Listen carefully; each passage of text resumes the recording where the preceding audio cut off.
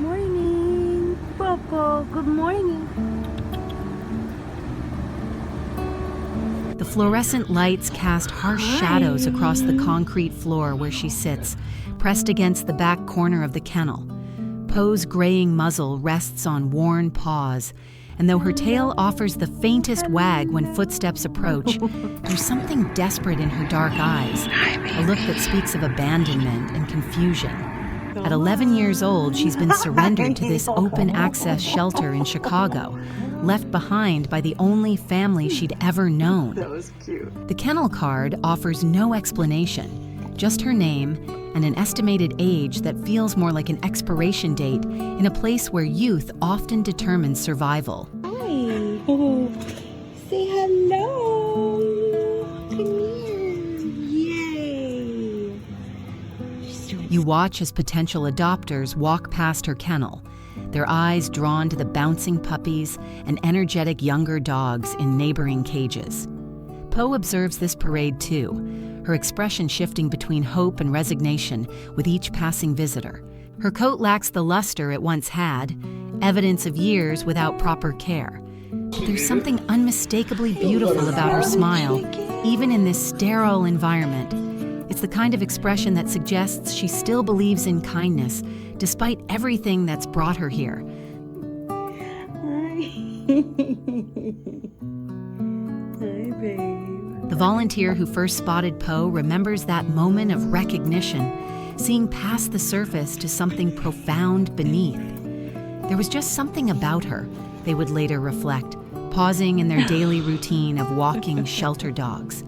She had this dignity, this quiet grace that made you stop and really look. The decision happened in an instant, born from an understanding that some connections transcend logic or convenience. Yeah. Oh, bye-bye. Where are you going? You're all clean and beautiful. The car ride to her new home marked the beginning of Poe's transformation, though the changes would unfold slowly, carefully.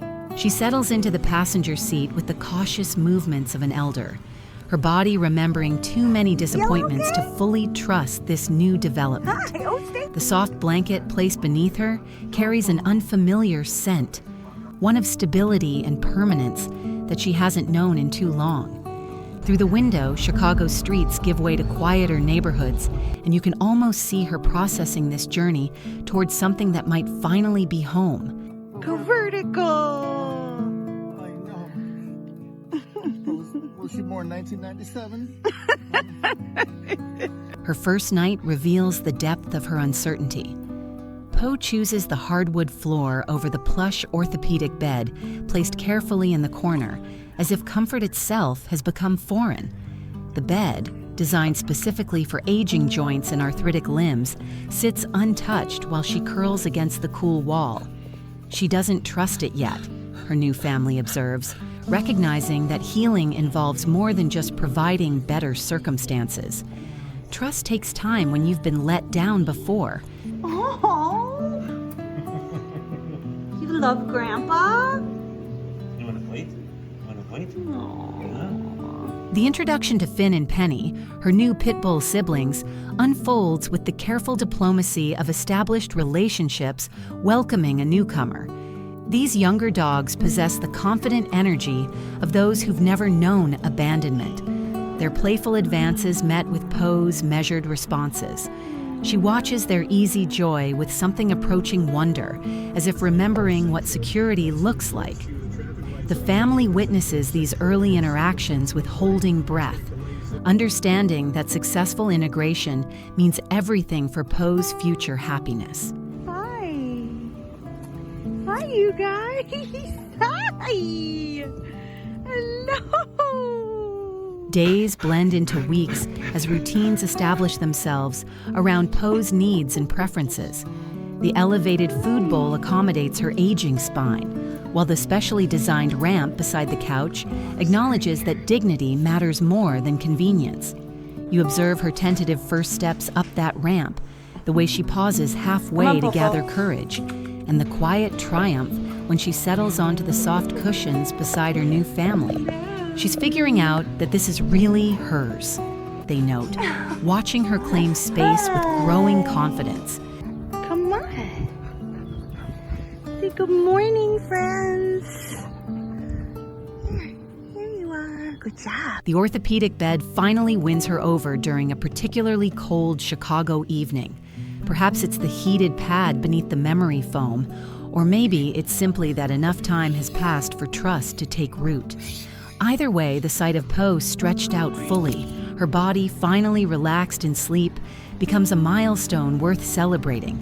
The desperate look in her eyes has softened into something approaching contentment, and her smile, that beautiful expression that first caught attention in the shelter, now appears more frequently throughout each day. Hi, Big Bear.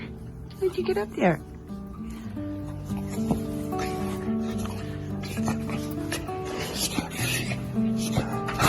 Mornings develop their own rhythm around Poe's pace. The homemade meals, carefully prepared to meet her senior nutritional needs, replace whatever generic kibble had sustained her before. She approaches her bowl now with enthusiasm rather than uncertainty, her tail wagging with genuine joy rather than nervous hope. The transformation in her eating habits mirrors a deeper shift, from survival mode to truly living. What are you doing? Hi. The first trip to doggy daycare brings unexpected revelations about Poe's personality. Despite her age, she immediately assumes a leadership role among the younger dogs, earning the affectionate nickname Polish from the staff. Her natural authority emerges as she gently corrects rowdy behavior and establishes order with the quiet confidence of someone who's earned respect through experience. When you're 19, you can do whatever you want. Her family laughs, watching her navigate the daycare dynamics with remarkable skill. Oh my God, it's Ollie and Fletcher. Who can swim the fastest? Lexi in the rear? These daycare visits become highlights of Poe's week, proof that age need not limit engagement with the world. She keeps pace with Finn and Penny, demonstrating that spirit transcends physical limitations. The staff members gravitate toward her, drawn by the same magnetic quality that first captured her adoptive family's attention. There's wisdom in her interactions, a gentleness that speaks to a lifetime of experiences, both difficult and beautiful. Come here. Come on. Hi. 8 years pass with remarkable swiftness, marked not by decline, but by deepening bonds and accumulated joy. Poe, at 19, moves with purpose through her days, her morning walks shorter but no less meaningful. The family marvels at her resilience, her continued enthusiasm for simple pleasures, the anticipation before meals, the contentment of afternoon naps in sunlit spots, the gentle authority she maintains over her younger siblings. Who's such a good mommy? Is it you? The relationship that's evolved between Poe and her family defies simple categorization. "She's my best friend" becomes more than sentiment. It's recognition of a connection that's enriched both sides immeasurably. The fears that accompany loving an aging animal are balanced by the profound gifts she brings daily. Her steady presence, her hard-earned wisdom, her demonstration that love can flourish regardless of circumstances or timeline. What's she doing? Her story challenges assumptions about worth and potential, illustrating how society often overlooks its most valuable members. Those 11 years before her rescue weren't wasted time. They were the experiences that shaped her into the remarkable companion she would become.